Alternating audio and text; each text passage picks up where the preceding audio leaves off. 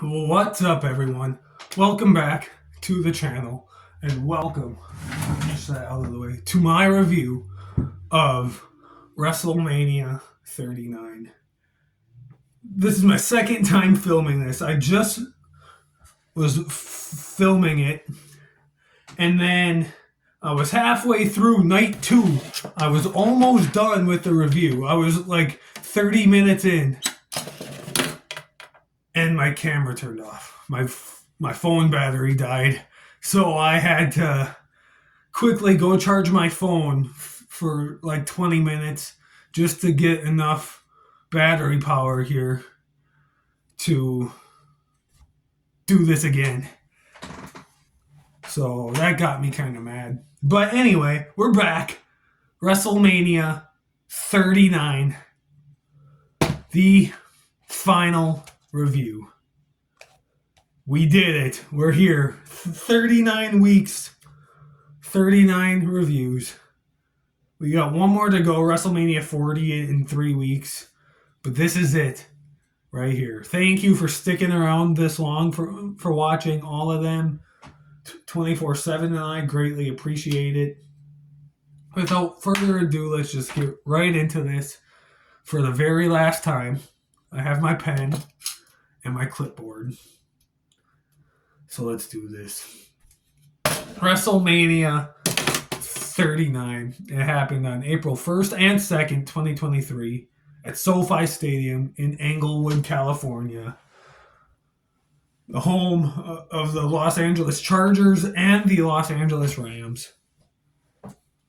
We opened the show. Night one right here. This is night one. We opened the show with Austin Theory versus John Cena. This match was okay. It wasn't a bad match. It wasn't a good match either. It was okay. This was at a time where I guess it's still that way, where Austin Theory, like, not very many people liked Austin Theory. Not very many people were enjoying what he was doing, and this was like the start of that. It's even worse now. Like, Austin Theory, he can wrestle. It's just he doesn't have a character to make you enjoy his wrestling. Teaming him up with Grayson Waller just isn't. That's not what he should be doing right now. Like, it's not fun. I like Grayson Waller. I've got no problems with him. I just don't like Austin Theory. I don't. Austin Theory needs a revamp. He needs something different. But this match with John Cena for the U.S. title, it was fine. It was John Cena's first WrestleMania match since the Firefly Funhouse. And yeah, it was fine. It wasn't bad. They got something entertaining in there put together. Austin Theory won. I gave it 2.5 stars. It's not a bad match, but it's entertaining in its own way. Like, they did what they needed it to do. They got the job done. It's fine.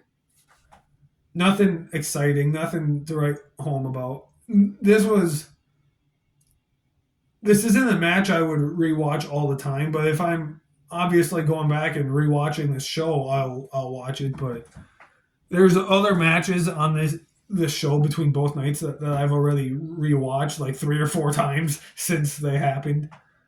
This was my first time rewatching this match in a year. So yeah, Austin Theory won. I gave it 2.5 stars. It's okay. Here, I'm going to adjust my chair here a bit. There, that's much better. Okay. Fatal 4-way tag team match as Braun Strowman and Ricochet team up to take on Alpha Academy, the Viking Raiders, and the Street Profits.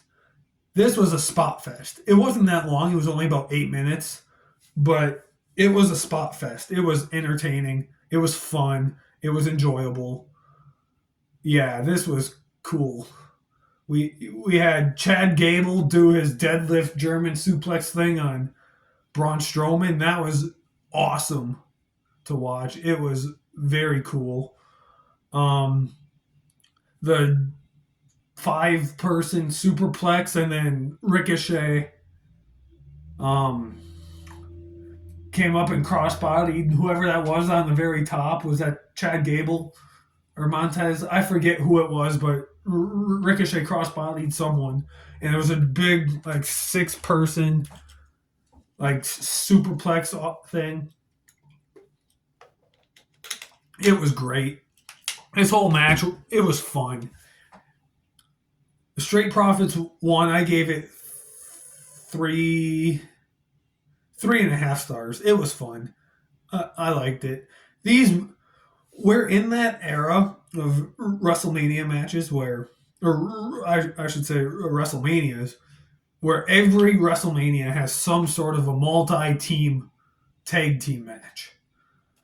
Every Mania from like Mania 33 onward had some sort of a multi-team tag team match. And this year for WrestleMania 40, we're getting another one. And they're always spot fests, but they're always fun. They're always enjoyable. I like them, and I look forward to them every year. This one was a good one. I liked this one here. Straight Profits won. I gave it, yeah, as I said, 3.5 stars. It's fun. Up next, Seth Rollins, my boy, Seth freaking Rollins versus Logan Paul. So I'm not the biggest fan of Logan Paul, the human being, but Logan Paul, the wrestler, has really grown on me. I really enjoy what he's been doing as a wrestler. He can wrestle. He knows what he's doing. This match was great too. This was maybe his best match he's had, at least up to this point anyway. He's had some good matches after this, but maybe up to this point, this was maybe the best match he's had. And that's saying something because every match he had before this, his tag match at Mania 38 was good. His match against The Miz at SummerSlam was good. His match with Roman Reigns in Saudi Arabia, though it didn't make sense why he got the title shot in his third match, it was still a good match. His performance in the Royal Rumble was awesome. And then this one. So this was only, I believe, his 5th match he ever had. And it was against one of the best pro wrestlers in the world today, Seth Rollins. And yeah, this was awesome. When they first announced this match, I was looking forward to it, but I wasn't sure how good it would be. I knew it would be good, but I didn't think it'd be quite this good. This was fun. KSI came out there dressed as a giant Prime bottle, and Logan Paul ended up giving him a crossbody or a splash or something through the Spanish announce table. So that was fun. That was cool. I almost said fool. Combining fun and cool. It was fun. Yeah, Seth Rollins won. I gave it 4 stars. Like, this was the best match of these first 3. The best match up to this point. It was awesome. I really enjoyed this match. Seth is obviously my boy. I love him. I root for him every match he has. So, yeah, this match was fun. Up next, we had a 6-women tag match. Trish Stratus, Lita, and Becky Lynch versus Damage Control. This was... Sorry. I've been talking a lot. This match was fun. It was one of those matches where you're not really looking forward to it, but it can be kind of fun and good anyway. Like, yeah, I wasn't looking forward to this match. I remember in the build up going in, I felt like this would be the worst match on night one. Turns out it's not, but and like don't get me wrong, like the child in me loved to see Trish and Lita wrestling again, probably for the very last time together. This most likely was the very last time these two would ever be together performing in a match again. And they're teaming with Becky, one of the best women in pro wrestling today. And they're taking on Damage Control, three other awesome women in pro wrestling. So, like, but for some reason, just the build-up wasn't good. I don't know what it was, but I remember I just didn't really like the build-up. And because of that, I wasn't interested in the match, and I thought the match wasn't going to be that good. There, I said it. I really felt that way about this match last year in the build-up. It did exceed my expectations. It's still not like a 5-star classic match, no way, but it exceeded. I enjoyed it. I gave it 3 stars. It was fun seeing Trish and Lita back in the ring again. Alita and Becky were tag team champions together at one point during the build-up. So yeah, this was fun. Trish, Becky, and Lita won. Yeah, I gave it 3 stars, as I said. Up next, the Mysterios. Rey Mysterio facing his own son, Dominic Mysterio. This match was fun. Count how many times I say fun in this video. Yeah, this was awesome. Father versus son. First time ever father versus son match in WWE, I think. I know for sure at WrestleMania, but could be the first time ever in WWE. And yeah, this was awesome. Their entrances were great. Rey Mysterio had the Eddie Guerrero inspired entrance coming out in a lowrider. Dominic Mysterio coming out in the prison truck, which I had mixed feelings on Prison Dom. Like, I didn't hate the Prison Dom stuff, but I didn't love it either. It was okay, but his entrance was awesome. Yeah, this match was fun. Bad Bunny was out there doing commentary at the Spanish announce table, and I remember because 24/7 was here at my house watching this with me, and I remember saying something to him. I'm like, okay, Backlash. Dominic Mysterio and Damian Priest versus Rey Mysterio and Bad Bunny. And I thought that's what was going to happen. Turns out it didn't. And we got Bad Bunny versus Damian Priest. But I'd have totally been okay with the tag match. But yeah, this match was fun. Apparently, from what I'm told, or not told, I wasn't told anything, but apparently, from my understanding, Rey Mysterio didn't want to do this match against his own son.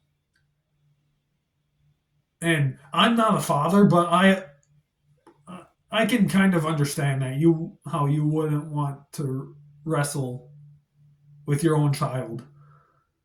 But Dominic kind of wanted it, and so that's why they did it, and that's why Rey agreed to it, because he knew that Dominic wanted it. So, yeah, that's why this happened. And yeah, it was fun. I liked it. I gave it maybe 3 stars, 3.5 stars. It was entertaining. I liked it. Up next, maybe the best women's match of the whole show between both nights. Rhea Ripley versus Charlotte Flair for the SmackDown Women's title. This was awesome. This was, yeah, probably Rhea Ripley's best WrestleMania match. I would say it was maybe Charlotte's, but Charlotte's had some good Mania matches too. The triple threat at Mania 32. Um, the triple threat at 35, I didn't hate. I thought that was decent. I didn't hate her match with Asuka either at 34. Um, but this could definitely considered one of Charlotte's best Mania matches. This match is for sure better than the match these two had against each other at Mania 36. For sure, this was a lot better match than that one. This match was awesome. I don't know if it's the best match on the whole card between both nights. I don't think it is. But it's still very, very, very good. Rhea Ripley won the Royal Rumble from number one, the first woman to ever do that. Won the Rumble from number one and went on to challenge Charlotte. I was kind of hoping we would get Rhea Ripley and Bianca Belair because I feel like that match could have been awesome too. But we got Rhea and Charlotte, which again I'm happy with. It's awesome. This match was fun. There I go again, saying fun. But this maybe one of the best women's matches to happen of all time at WrestleMania. I don't want to say it's the best because you got the triple threat at WrestleMania 32, which was really good. But this definitely has to be considered as one of the best women's matches in WrestleMania history for sure. One of them. Rhea Ripley won. I gave it 4.5 stars. It was really, really good. I enjoyed it. After that, then we had the hosts of WrestleMania come out, The Miz and Snoop Dogg. And The Miz was out there giving the attendance record of like 80,000 some people. I forgot to write it down, but yeah, like 80,000 people were out there. And then Snoop Dogg made a comment like, you know what would make WrestleMania better? If you were competing in a match tonight, Miz. And the Miz was like, yeah, I posted on Twitter and Instagram and Facebook and MySpace, of all things, MySpace, issuing an open challenge and no one accepted. And then after he said that, Pat McAfee's music started to play. Fans went wild. Pat McAfee came out. And then we got a little match between Pat McAfee and the Miz. I'm getting over being sick, coming off of a cold. But yeah, I had a brief match between Pat McAfee and the Miz, and yeah, this was awesome. George Kittle was there, got involved. Pat McAfee won. I gave it 3 stars, and the match in of itself was short. It was only like 3 or 4 minutes. That's not a 3-star match, but I'm doing a segment as a whole with the Miz and Snoop Dogg at the beginning, into Pat McAfee coming out, into the George Kittle stuff, into Pat McAfee winning, and then the celebration afterwards. The whole segment as a whole, I give 3 stars. That was kind of fun. I'm a Pat McAfee fan. I love him. His commentary is awesome. His matches were great. I watch his talk show every now and then. Like, I'm a big Pat McAfee fan, so yeah, this is fun. Main event: Kevin Owens, Sami Zayn versus the Usos, undisputed WWE Tag Team titles on the line. First time ever that the Tag Team Championships are in the main event of WrestleMania. This was special. Kevin Owens, Sami Zayn, or as 24/7 and I like to call them, KO Zania. We'll go into why we call them that a different day. But this was awesome. Sami Zayn just getting off of his run, teaming with the Bloodline, turning on them at the Royal Rumble. had a great match against Roman Reigns at Elimination Chamber. And this was special. Kevin Owens and Sami Zayn have done so much together in their careers. Like, they could have retired after this match, and I think fans would have been okay with it because not only their WWE careers, but their careers as a whole, going back to Ring of Honor. And even I think even before that, I think they met in the Canadian Indies when they were still training. Just this whole friendship these two had, like going from a Ring of Honor to feuding and facing each other in NXT to their feud in 2016 into teaming with each other in 2018, back into feuding with each other in 2021, back here to finally becoming tag team champions with each other in the main event of WrestleMania. Like, they could have retired after this match. They could have. I'm glad they didn't because we had a fun title run with these guys. But if they did, I'd have been okay with it because it ended very special. This match was great. It's the best match on night one for sure. Maybe one of the best WrestleMania main events of all time. Like, that's how good this is. I was talking to 24/7 about this yesterday because he rewatched night one and he texted me and told me that this might be his favorite WrestleMania main event of all time. And I'm not sure if I agree, but I'm not going to argue that. This is awesome. It's such a great tag match. Maybe the best tag team match of all time. Maybe. That, I know that's kind of pushing it, but it's definitely possible. But yeah, Kevin Owens, Sami Zayn beat the Usos. That was fun. 5-star match. It was great. Moving on now to night 2.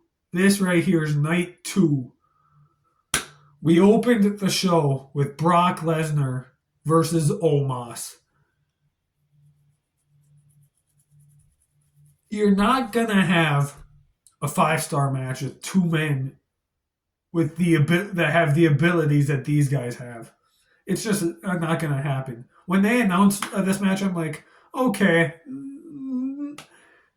they could maybe do something, but it's not going to be great. And it wasn't great, but I was really kind of hoping for Brock versus Gunther at the show event. We'll talk about Gunther's match later, but after what we got for a Gunther's match, I'm glad that didn't happen, but that's what I was kind of hoping for. But we got Brock and Omos, and I believe this was a Vince book match because I think half of this card was booked by Triple H and half was booked by Vince. And I'm almost positive this was a Vince book match. But yeah, it was okay. Definitely the worst match so far. I gave it 2 stars.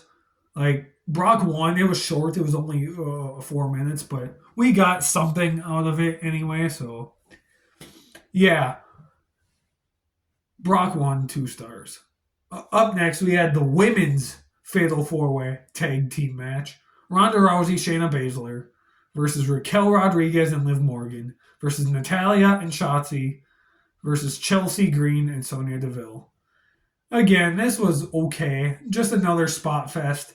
I liked the men's one better. I didn't write very many notes about this match, so I'm not going to talk too much about it. It was fine.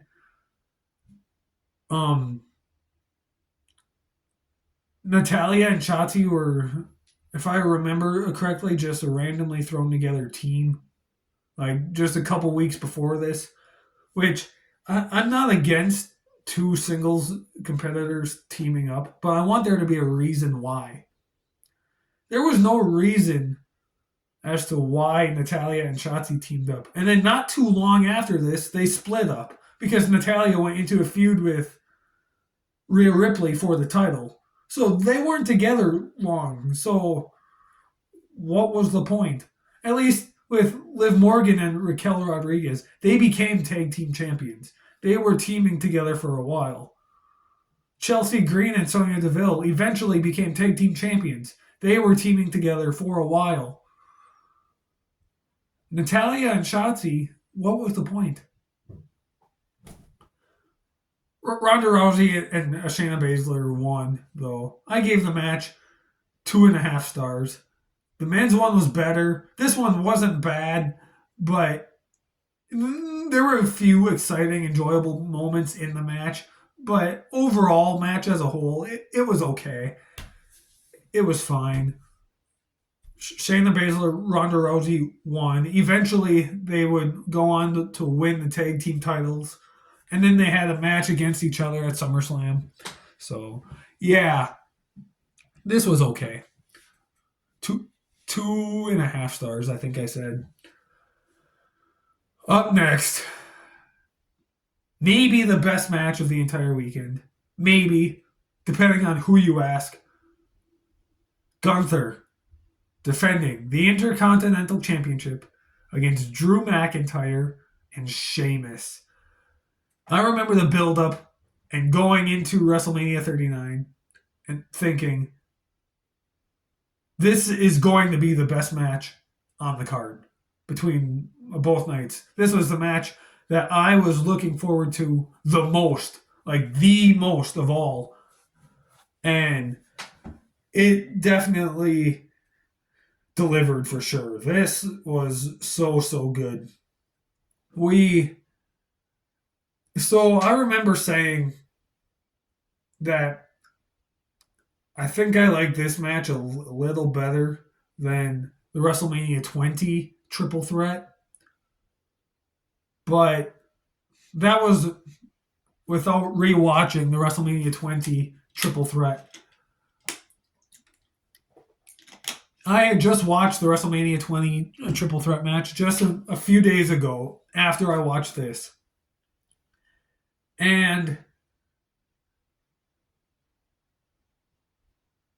I think I like the WrestleMania 20 match a little bit better now after watching them back to back. But this one is still awesome. And if you think this match is better, I'm not going to argue. This is fantastic. It is so good. We need more matches like this. And was this the first time that we had a triple threat match at WrestleMania where all three men were not born in America? It may be. I know for sure probably at WrestleMania, but is it that way of all time? I know we've had one-on-one matches in the past where both men were not born in America, but is this the first ever triple threat where that happened? I don't know. Comment down below if you know of any other triple threats that are that way. But yeah, this was such a fun match. It was so good. Gunther picked up the victory, retained the title. Honestly, I wanted Sheamus to win. I really did. I'm a big Sheamus fan now. I never used to be, but up until like 2020, 2021, that's really when I really started becoming a big Sheamus fan. And I really wanted him to win and become Intercontinental Champion. I wanted him to beat Gunther at Clash at the Castle, too. Nothing against Gunther. I love Gunther. But I want Sheamus to be Grand Slam champ. And then there's Drew. And I wouldn't have hated it if Drew McIntyre won the Intercontinental title. I don't think he needed to. But if he did, I'd have loved it and been happy with it. I love Drew McIntyre. So no matter the result of this match, I'd have been happy afterwards. That's just how good this match was. That doesn't happen too often where I would be happy with literally anything that happened. But Yeah, Gunther won, picked up the victory. I mean, 5-star match. 5 stars. It was so good. Enjoyable. I loved it. Bianca Belair versus Asuka. On paper and going into the match, I thought it would have been a lot better. It still wasn't bad, but my expectations for the match were a lot higher. And then we got this, which again isn't bad, but it's not what I was hoping for. It's still fun, it's still enjoyable, I still like it, but I was expecting more. I I was hoping there'd be more to it. Again, it's not bad. Uh, Bianca had an awesome entrance with the kids. That was cool. But yeah, again, it's not a bad match. I'd give it like 3 stars. Like it's fine, but I was expecting a lot more. It's good. Had some good moments in it, some good spots, but and I didn't write very many notes down. Bianca did win. Bianca's undefeated at WrestleMania. But yeah, this was fun in its own way. I felt it could have been better though. But I didn't write very many notes. Up next, though, The Miz and Snoop Dogg were back out there again. And they were talking. And The Miz was talking about how Pat McAfee beat him on night one and all these things. And how so and so this and that and all these things. Shane McMahon makes his return, comes out. We get a match between Shane McMahon and The Miz. In the match, Shane McMahon goes for a leapfrog. When he lands, tears his quad. First time we're seeing him in the ring in a year and a half, and he tears his quad. And so Snoop Dogg comes in, takes his place, punches The Miz in the face, does a people's elbow or a doggy elbow on The Miz, pins The Miz, 1, 2, 3. Snoop Dogg wins a match at WrestleMania. Like, that was something else. 1 star. Like, yeah, that was nuts. That was not good. I feel like if Shane didn't get hurt, it probably could have been better. Because I actually like Shane McMahon. Nothing against Snoop Dogg, but he's not a wrestler. He's like, what, 55 years old or something? Close to that. He's in his 50s. So Snoop can be entertaining at times. Like, I like his music. But when it comes to stuff like this, like hosting WrestleMania and this kind of stuff, he's very mixed. Some of his stuff is good, some is not so good. This was one that was not so good. Moving on. Edge versus Finn Balor. Hell in a Cell. So, I'm a big Edge fan, as you guys know. I'm not wearing my Edge hat now. I got my CM Punk hat on, but I'm a big Edge fan. I feel like I was kind of disappointed in this match for a few reasons. One, they stopped the match in the middle of it to check on Finn, which I understand. Finn got hurt. He got busted open. So I get that. You don't want there to be any more problems. You don't want his cut to get infected. So I understand and I respect that they did that. But the match just never picked up after that. Like, the match started out great. And if you ignore the fact that it stopped and happened, it's a great match because there's moments after that were awesome. But because of that, the match just never picked up. And another reason I was so disappointed is because we could have had something else. I feel like this story between Edge and the Judgment Day went on too long. I feel like because there were still so many guys left on the roster at that point, that I wanted to see Edge face. So many dream matches yet that I wanted to see him have that we probably could have had if this feud didn't go so long. I feel like it went on a little longer than it should have. I would say change the finish to the I Quit match. If you wanted Finn to win, that's fine, but change the finish, do something else, and have the feud end there in the I Quit match. And then Edge, between that I Quit match in October at Extreme Rules and Mania, have him have like 2 other matches with other guys like Kevin Owens or Drew McIntyre or Sami Zayn or Bobby Lashley or so many other guys I wanted to see Edge face that we never got the chance to see him face because this feud with the Judgment Day went on too long. It went on longer than I feel it should have.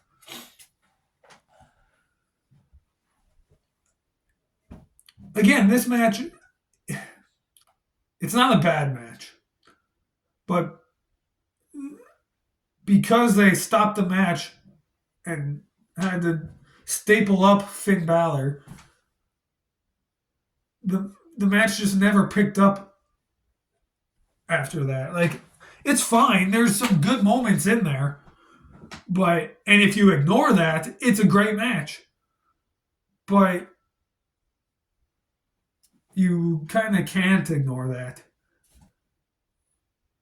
I mean, Finn hit the coup de grace there was this platform on the side of the cell, and Edge was laying on a table. He hit the coup de grace, was gonna hit Edge, but then Edge rolled off the table, and Finn went through the table. So, and that was fun. Like, there's some good moments in the match. It's just a match as a whole, because they had to stop it. That ruins the match. I still give it 3 stars. No, I take that back. 2.5 stars. Like, it's not a bad match at all. It's just it lost its momentum after they stopped it, for sure. But now, the main event of night 2 for the WWE Undisputed Universal Championship. Roman Reigns defending against the American Nightmare, Cody Rhodes. Where do I begin? Cody Rhodes returns at the Royal Rumble. Wins the Rumble match. Faces Roman Reigns. Wants to finish his story. So we get the match. And the whole match back and forth and back and forth and so much going on. Crossroads after crossroads. Superman punch after Superman punch. Spear after spear. Cody cutter. So much going on. And then the Bloodline. Solo Sikoa and the Usos are out there. They get involved. And it's just like, why? Why? Like, it's so frustrating. 24/7 was here at my house watching this. And when Roman won the match at the end, he was so angry, so flustered, so frustrated, so upset. He was swearing and throwing F-bombs, and he left, he went back home that night after this was over, and just walking out the door, F-bombs. Like, he was angry, so frustrated. Now, looking back, he loves this match. Yeah, he probably still wishes Cody won, but he loves the match for what we got, how entertaining it was as a whole, not just what happened. But yeah, the match as a whole, so good. It's long too. From bell to bell, it's like 35 minutes, which I'm all for longer matches. Honestly, I don't hate matches that go over 30 minutes. As long as they're good, I don't hate them. I'm all for them as long as they're good. But the fact that Roman the finish to every Roman Reigns title match is the same. The bloodline helping him win. And that's what happened here, obviously. But looking back, in a way, I'm kind of glad Cody didn't win the title. Because let's think about this. If he did win the title, we probably would not have gotten his feud with Brock Lesnar, which I enjoyed. He probably would not have been tag team champions with Jey Uso, which I didn't hate. He would not have won the Royal Rumble again this year, which was awesome. And we would not be getting the tag team match with him and Seth Rollins versus The Rock and Roman Reigns this year if Cody won the title. So if Cody won the title, he would have had a completely different year, and none of this good stuff that's happened in this past year with him would have happened. He would not have been in that great War Games match. Like, Cody still had a great year, and none of this would have happened if he won the title. So in that sense, in a way, I'm okay slightly with him not winning the title here, because we would not have gotten all of this great stuff. But yeah, Roman Reigns won. The match as a whole, I'm not giving it 5 stars. I'll go 4.5. 4.5 stars. It would have been 5 if Cody won, obviously, but that's what docked it half a star, is that it's frustrating that Roman can't win on his own. And, like, I don't think 24/7 or I would have been that upset if Roman won on his own. It's the fact that the Usos and Solo Sikoa had to get involved and help him, just like every other match. That's why. If Roman won on his own, yeah, it would have still sucked, but we wouldn't have been as angry as we actually were. But, yeah. Looking back, though, and on a rewatch, this match is great. We both enjoy the match now a lot. It's fun. 4.5 stars. But Cody better win this year. I think he's going to win this year, Mania 40. But we will get into that in a couple weeks. But that was it, guys. That was my review of WrestleMania 39. Thank you for the past 39 weeks for watching these reviews. 24/7 and I loved doing these. Every video series idea that we had that wasn't actual wrestling, we would start, but then we never continued. We never got anywhere. This one, we started, we had a goal, one WrestleMania review a week in the build-up to WrestleMania 40. I had my timing wrong back in June when we started these. I thought, if I counted the weeks right, I thought it would take us to the week right before WrestleMania 40. It would take us to that week, but I was 3 weeks off. But this was fun.